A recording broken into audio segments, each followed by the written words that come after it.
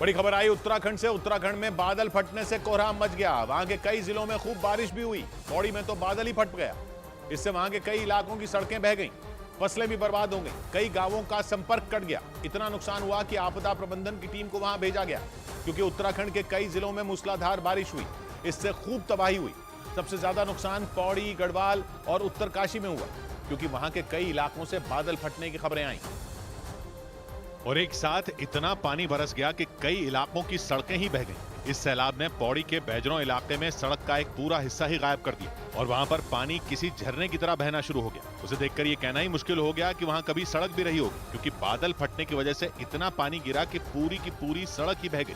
हालात इतने डरावने हो गए कि 2023 की मंडी की बाढ़ याद आ गई, क्योंकि कुछ उसी तरह बादल फटने के बाद जमीन पर गिरा पानी पहाड़ों से होते हुए रिहायशी इलाकों की ओर बढ़ा। पानी के तेज बहाव के बीच कुछ लोग लहरों के बीच से अपनी चीजें बचाते नजर आए, क्योंकि उत्तराखंड में बादल फटने की वजह से कोहराम मच गया और इस वजह से वहां के कई इलाकों में फसलें पानी के तेज बहाव में बह गई। हालात तब और खराब हो गए जब पौड़ी में एक हाईवे का 30 मीटर हिस्सा ही पानी में बह गया और जबरदस्त सैलाब की वजह से कई गांवों का संपर्क टूट गया, क्योंकि सड़कें बहने की वजह से सड़क पर मलबा बहना शुरू हो गया। कई इलाकों में बाढ़ का पानी घरों तक में घुस गया और देखते ही देखते कोहराम मच गया, क्योंकि बादल अचानक फटे और बादल फटने की वजह से कुछ मिनटों की इतनी बारिश हो गई कि बाढ़ जैसे हालात बन गए। बादल फटना एक तकनीकी शब्द है जिसका इस्तेमाल मौसम वैज्ञानिक करते हैं। ये ठीक उसी तरह है जैसे कहीं पर पानी का गुब्बारा फोड़ दिया जाए और अचानक सारा पानी एक जगह गिर जाए। आमतौर पर बादल फटने की घटना जमीन से 15 किलोमीटर ऊंचाई वाले इलाकों में होती है। मौसम विभाग के मुताबिक अगर एक जगह पर एक घंटे में 100 mm बारिश होती है तो इसे बादल फटना कहा जाता है और इस वजह से एक साथ इतना पानी बरस जाता है कि तबाही आ जाती है।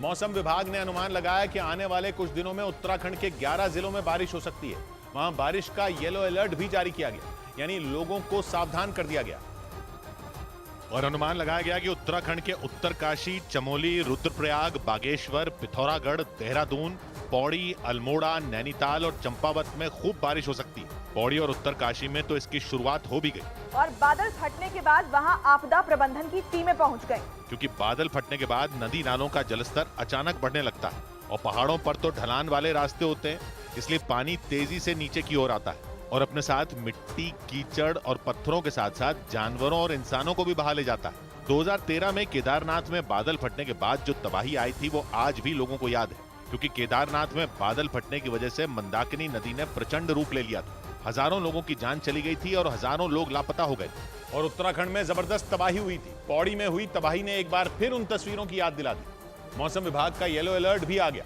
वो भी ऐसे समय में जब उत्तराखंड में 4 धाम की यात्रा चल रही है और लाखों श्रद्धालु उत्तराखंड में 4 धाम की यात्रा कर रहे हैं। इतने लोग पहुंच गए हैं कि जगह जगह लोग घंटों में जैम में फंस गए और उत्तराखंड सरकार ने 31 मई तक 4 धाम यात्रा का रजिस्ट्रेशन रोक दिया, क्योंकि लाखों लोग पहले से रजिस्ट्रेशन करवाकर 4 धाम की यात्रा पर निकल चुके हैं और इसी बीच उत्तराखंड में मौसम ने खतरनाक रूप ले लिया और खतरे की घंटी बजा दी, क्योंकि अगर 4 धाम यात्रा के दौरान बारिश शुरू हो गई तो हालात और ज्यादा बिगड़ सकते हैं और अगर बादल फट गए तो फिर तो ऐसा कोहराम मच सकता है कि संभालना मुश्किल हो जाए, क्योंकि मौसम विभाग ने उत्तरकाशी और रुद्रप्रयाग में भी बारिश का येलो अलर्ट जारी कर दिया और केदारनाथ, यमुनोत्री और गंगोत्री धाम इन्हीं जिलों में और बारिश होने पर यात्रा पर निकले श्रद्धालुओं पर बहुत बड़ी मुसीबत आ सकती है।